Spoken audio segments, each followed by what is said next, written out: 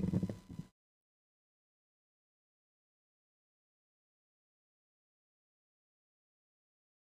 الحمد لله نحمده ونستعينه ونستغفره ونسترضيه ونستهديه ونعوذ بالله من شرور أنفسنا ومن سيئات أعمالنا من يهده الله تعالى فلا مضل له ومن يضلل فلا هادي له وأشهد أن لا إله إلا الله وحده لا شريك له وأشهد أن محمدًا عبده وصفيه وخليله وحبيبه بلغ الرسالة وأدى الأمانة ونصح الأمة وكشف الغمة وتركها على المحجة البيضاء ليلها كنهارها لا يزيغ عنها إلا هالك.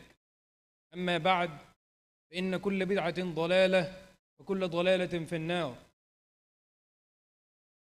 To proceed, brothers and sisters, one of the critical details that I've noticed and has kind of captured my thought in the last few weeks and few months has been, as I mature sort of through these stages of life, alhamdulillah, recently got married, what is a critical detail to think about on the day-to-day basis is how not only our minds are influenced, and not only how our own thoughts are shaped, but also what's happening to the future generations, the children and our progeny, inshallah, in the coming future. If you're married, inshallah, may Allah bless you with children.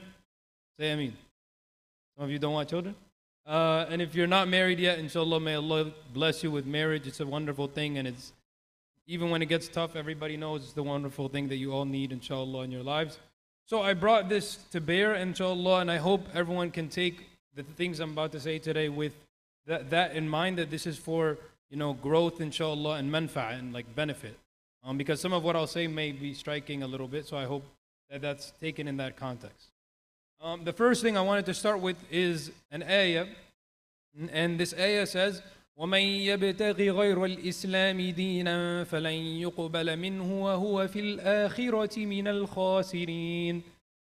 And so this ayah, it begins by saying, وَمَنْ يَبْتَغِ غَيْرَ الْإِسْلَامِ, which means, and he who, and of course the implication is, and one who, so not only he, and one who looks for or diverts his attention to beyond Islam or besides Islam as a path. So here, deen is not only meant to mean, your religion, but it's also meant to mean your path and the sort of guiding principles of life.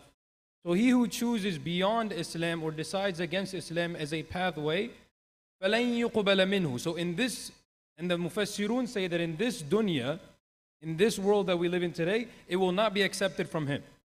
And so what is the context of the not choosing the deen or not choosing Islam being not accepted from you? The context is not to say that you won't be allowed to choose other than Islam, because you will be. Of course, we see non-Muslims who don't choose Islam.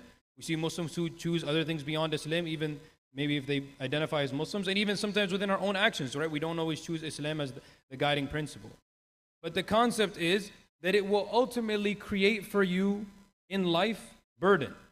لَن يُقْبَلَ مِنْهُ means you will not be accepted within the folds of acceptance by Allah and His malaika, so His angels and so on. So it's not to say that you will not be allowed to, it's just you make your decision. Do you want Allah to accept you or not? And Allah is telling you directly, if you choose beyond Islam, then your decisions and whatever you decide to make priority of in this dunya will not be accepted. وَهُوَ فِي الْآخِرَةِ مِنَ الْخَاسِرِينَ. And then on the day of judgment and in the final, abode, inshallah, and may it be Jannah, inshallah, make dua, say Ameen. Our final destination being Jannah, you will not be permitted Jannah because you will be one of the khasireen, one of those who has lost ultimately because of your decision. Why do I bring this to bear? I bring this to bear to say, every decision that we make, every philosophy we have about life, every pathway we choose should be informed, and we say this of course consciously, but do we know this subconsciously? Should be informed by Islam. Should be informed by, this doesn't seem proper or appropriate to Islam, I will avoid it. This seems like if the Prophet was here, he would want me to do this, I should do this, I should pursue this. And of course we all know this consciously, it's informing this subconsciously. Now the specific topic of my khutbah today is around the interactions and specifically the treatment and the sort of attitudes and characteristics that we hold between genders. What I mean to say is, and I'm starting this by saying this very clearly, is there's been many different approaches, of course, to how women deal with men and how men deal with women. We know this. This is a generation and time-old issue. how women and men deal with each other. How does Islam impose on us an understanding of how men and women deal with each other? Well, I'd like to start this by saying, and of course this may sound harsh, but it's true. Human beings are very flawed to their core. Does Allah not say this in the Quran? He does. It says, إِنَّا عَرَضْنَا الْأَمَانَةَ عَلَى السَّمَاوَاتِ وَالْأَرْضِ وَالْجِبَالِ فَأَبَيْنَ أَن يَحْمِلْنَهَا وَأَشْفَقْنَ مِنْهَا وَحَمَلَهَا الْإِنسَانُ إِنَّهُ كَانَ ظَلُومًا جَهُولًا. So the insan and the shahid, the most important piece of this ayah to translate is, the insan, the human, Allah is telling you He is. And kana here is not to say in the past and has ended. Kana is to say he was and He will continue to be zaluman jahula. What does zalum jahul mean? He performs transgression. So zulm is transgression, right? Injustice. But not only zulm, this is usloob, they call it, usloob takthir, or like much zulm. So a lot of zulm. So the insan is created in injustice. The insan is created to perform injustice and to perform ignorance. Jahl is ignorance and jahula is the same meaning of increase in ignorance. So by nature as human beings, one thing we have to all acknowledge is we are flawed and Allah has created us to be unjust and to not have the justice sort of innate within us and to not have knowledge or awareness innate within us. So where do we go? Now, do we just accept that we're ignorant? Do we accept that we're unjust? Of course not. That's the reason we have Al-Quran, right? That's the reason we have As-Sunnah. That's the reason we have Ad-Deen. And who knows us better than Allah, right? And so what does the ayah in Surah Al-Mulk say? أَلَا يَعْلَمُ مَنْ خَلَقَ وَهُوَ اللَّطِيفُ الْخَبِيرُ. Right? So why do I bring this to bear? I bring this to say, if you don't know what to do about yourself, and we often don't know, you don't know how to carry yourself around, the other gender, whether it's to protect yourself from, being, maybe extraneous in your interactions. If you've gotten married and you don't know how to handle yourself around your wife or your husband when either side gets angry. If you get into altercations and there seems to be some sort of growing tension, how do you handle yourself as these things progress? By avoiding what Allah told you to avoid and by listening to what Allah told you to listen to. So the ayah that I wanted to bring ultimately to wrap all of this up is to say, وَكَذَلِكَ جَعَلْنَاكُمْ أُمَّةً وَسَطًا. أُمَّةً وَسَطًا. There is a middle path. Today, increasingly, we see people being polarized. You, of course, know this. Anybody who's on the internet, anybody who uses social media, which I assume is everybody, knows that everything is polarized. You can't have a middle opinion, right? Middle opinions are not favorable by internet standards. To get famous, to be known, to be viral, as they call it, you got to have a polarizing opinion. Is Islam meant to be polarizing? Of course not. Islam is meant to be a guiding principle. And Allah says, وَكَذَلِكَ جَعَلْنَاكُمْ ummatan wasata. We were created to be an ummah that is balanced, that is midpoint, that is in the middle, straight path. And it's very easy to be in the middle, straight path. How do you follow middle, straight path? By following the kitab, the Quran. This Quran was, and we all recite this hopefully, or we try to recite this hopefully every Jum'ah, this ayah of Surah Al-Kahf, sorry. الحمد لله الذي أنزل على عبده الكتاب ولم يجعل له عوجا. So this kitab that was given to us, that was revealed to the Prophet ﷺ, this kitab was revealed to the Prophet and it was not given any shred of divergence. So it doesn't sway left or right. The kitab is stable, right? The Quran is stable. The Quran, you go to it today, you go to it 1,000 years ago, and you go to it 1,000 years from now, if Allah permits the world to live 1,000 years, it will be the same kitab. So the kitab that said in it that men and women will be treated by their actions on the day of judgment regardless of their gender has said that from before and will continue to tell you that, yes or no? So we have to acknowledge openly and honestly within ourselves that the only true objective reality that we can absorb, meaning the only haqq or truth we can find, will not be within ourselves, right? And that's a hard thing to acknowledge sometimes. We think we can find truth within ourselves, within how we act or sort of the things we've learned. It doesn't exist. Ultimately, we're flawed. Like I said earlier, we're unjust, we're ignorant.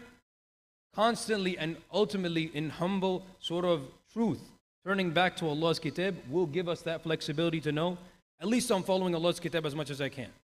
I'll still be flawed, I'll still make my mistakes, but I'm trying. And that's the best you can offer humanity, right? That's the best you can offer humanity. What did the wife of the Prophet say about the actions of the Prophet, his mannerisms? كَانَ خُلُقُهُ الْقُرْآنِ. So even the greatest amongst us ever, and the greatest that will come to the Day of Judgment, abided by and followed to the T how the Quran wanted you to operate. And if he does this, then how should we act? We should be even more so following that. And he was the one that his heart was washed from any impurities as a child. He was the one that everybody used to say about him before even he received one ayah. He was a sadiq al-amin, the truthful, honest, trustworthy person. So it is incumbent upon us even more so, considering our flaws, considering how things are changing around us, to try to find it as imperative as possible to be close to the Quran. So, specifically to the points that I want to make about the treatment between women and men. Some people on different spheres of life, social media, maybe some of your friendships, especially if you're younger, will have very polarized opinions. You either treat women a certain way, harshly, whatever it is, or you overemphasize women in your life, or whatever it may be. What's the way that you treat women, and how do men and women treat each other, and what's supposed to be happening in the Quran? The Quran says, وَلَهُنَّ مِثْلُ الَّذِي عَلَيْهِنَّ بِالْمَعْرُوفِ. Right? They deserve, as in women, so this is the pronoun of noon here is to indicate women. They deserve and should be given rights as sort of is incumbent upon them considering their obligations. Women and men should treat each other with rights and obligations in fairness. And bil ma'ruf means with kindness. Right? So not just like sort of sitting around and like writing up a timesheet of who did what, but with kindness, bil ma'ruf, with goodness. Okay? Now let's take it a next step. Of course, we're not going to deny a true reality. The true reality is the Quran says that men were given a certain position of superiority amongst the genders, amongst men and women, for certain reasons. Now, this is very important because everyone misquotes this, and you'll find a lot of people who may misquote Islam or maybe don't really read into what's going on deeply, will misquote this idea. Just say that men are supposed to be, held higher for no reason, or we have a patriarchal system in the deen for no reason. Of course not. The ayah says, الرجال قوامون على النساء بما فضل الله بعضهم على بعض وبما أنفقوا من أموالهم. Okay?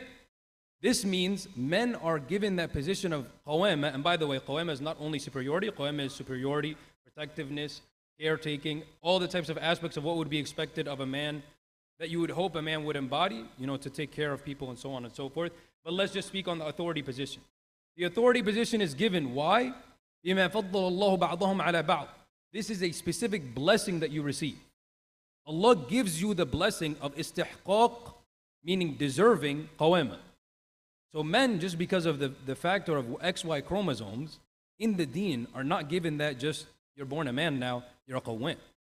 This is a position you must rise to. This is a position you must prove.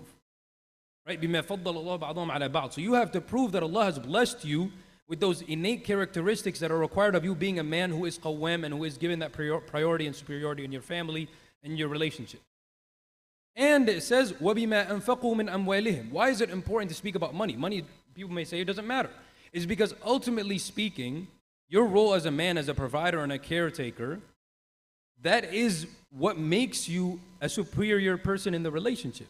Now, if you aren't able to provide for your family, and if you're not looking to provide, and you haven't really tried to do anything, and you're just sitting at home, but you're just a man, does Allah look at you, given this ayah, the same way as a man who's trying hard for his family? Of course not. I'm saying this to say, the position of superiority that Allah has endowed men with comes with prerequisites, comes with be good, comes with work hard, comes with find it within yourself to say that I am indeed blessed with these opportunities because of what Allah has given me and nothing from within myself. It's not an ego thing.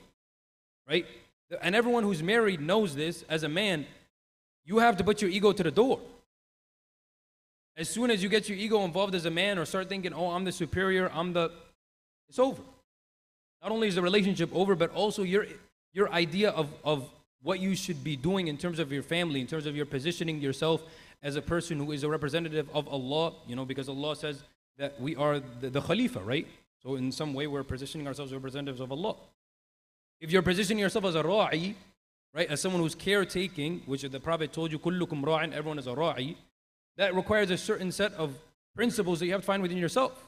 I'm not sure I have them yet. Actually, I know I don't. I'm working on it. I got into an argument with my wife the other day, and I realized I'm still working on it. But what I'm saying is, recognize that the adl and the wasat position that Allah has given this deen is unique. Only this deen gives you that opportunity to see this lens. Look outside of yourself. You see philosophies around women are property, right? That philosophy exists in the world. You see philosophies around women are everything. And the spectrum between them exists. Yes or no? In fact, if you go to college campuses today, you might hear both of those phrases on college campuses today, right? Depending on which audience you're talking to and which conversations you're having. And maybe not, directly, maybe you'll hear it on social media. The point is, there's adl, there's a middle path. In fact, it's even more so than just the middle path in terms of just justice. Notice that I said earlier, وَلَهُنَّ مِثْلُ الَّذِي عَلَيْهِنَّ بِالْمَعْرُوفِ, right? So you're actually asked to give ma'roof or goodness in your interactions. When you come to divorce your wife, every ayah of divorce you'll notice in the Quran never just says, hey, just divorce him and go home. It always says, إحسان فطلقوهن بمعروف أو سرحوهن بإحسان, right? Like your divorce, even your breakups should be with kindness and goodness and fairness. Let me add a couple of other points here, inshallah, and then I'll wrap up so that I'm not taking too much time. Then we'll go into the Certain Khutba, inshallah. But my point is, ma'roof is very essential. So yes, we be just. Yes, we think about, what you deserve, what I deserve, how rights and obligations exist, and we all know them. Everyone, mashallah, knows their rights, but we don't know our obligations that well, right? The ayah says, the hadith says, the Prophet said, rifqan bil qawarir. He describes women as like jewels, right? Like precious jewels. The Prophet is telling his Sahaba, rifqan. Rifq means like delicacy, right? Somebody that you're delicate with. Rafiq is like somebody you're delicate with, somebody you're kind with, somebody you're extra careful with. Precious, In one of his last public speeches, if not his last public speech to all of the Sahaba, in the Hajjat al-Wada', when he was making his last and one and only Hajj that he made in his life, the Prophet said, أَلَا وَإِنَّ لَكُمْ عَلَى نِسَائِكُمْ حَقًّا وَلِنِسَائِكُمْ عَلَيْكُمْ حَقًّا. Right? Your women have rights upon you and you have obligations to them, and vice versa. Right? And this reality is something the Prophet is talking about in one of his last speeches. You would think that you spend his last speech talking about salah or whatever it is. If you read the whole paragraph that he speaks about women, it's much longer and I won't go into it. But the point is, recognize that the Prophet didn't just emphasize justice and fairness, he emphasized specific kindness to women. And by the way, the reality of the matter is this kindness, and if you want to even look at it from a selfish perspective, this kindness and forgiving nature and sort of ma'roof personality will help you have a much better relationship with your wife, and even you'll get some rights back that maybe you wouldn't have gotten had you not employed that kindness. As opposed to following some of these other shara'i or some of these other philosophies that exist, and so on and so forth. Let me stop here. Inshallah, I'll pause for the Certain Khutba, give you guys some practical advice so it's not just me, giving you my thoughts on the world. And give you some sort of things you can go home with, inshallah, maybe think about. أقول قولي هذا وأستغفر الله ولي ولكم فاستغفروه.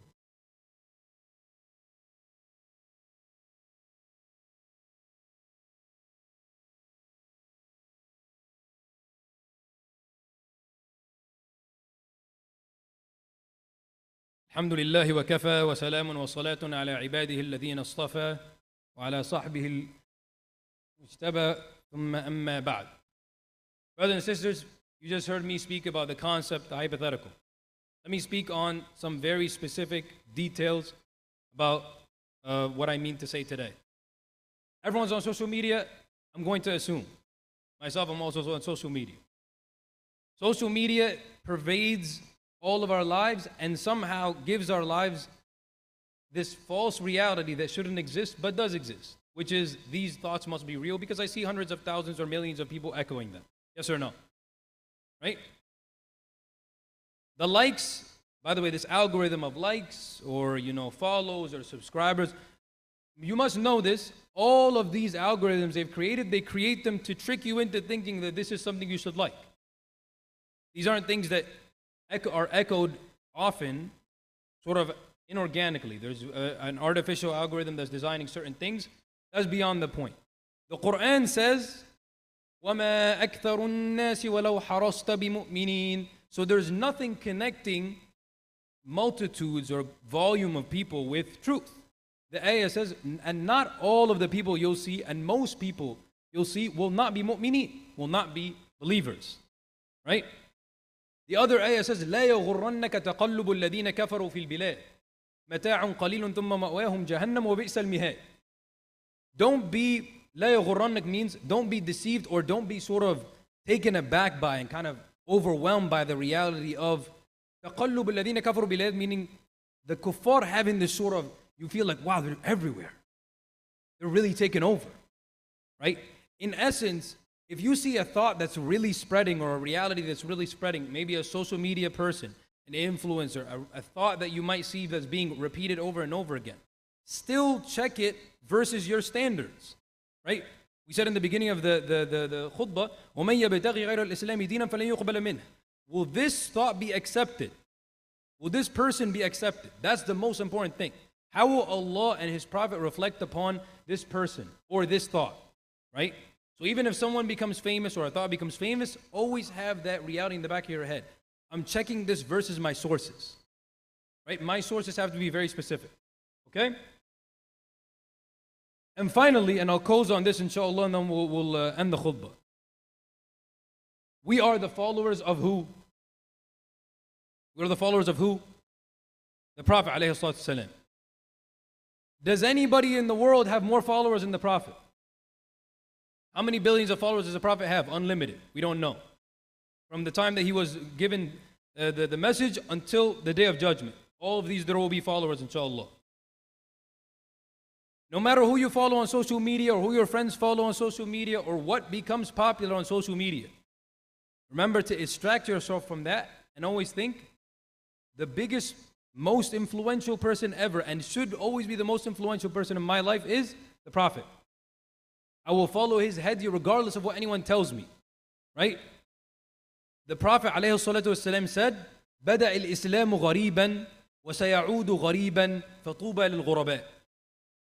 This Islam started as weird. Gharib is strange. People looking at it like, what are we talking about? No idols? What do you mean no burying women or daughters? What do you mean I can't do my ritual going around the Kaaba naked? I can't do that? This was weird at the time, and it will continue to be weird. And you'll notice if you're an adolescent, you're in high school right now, or you're in college, or maybe even at your workplace, you'll notice it.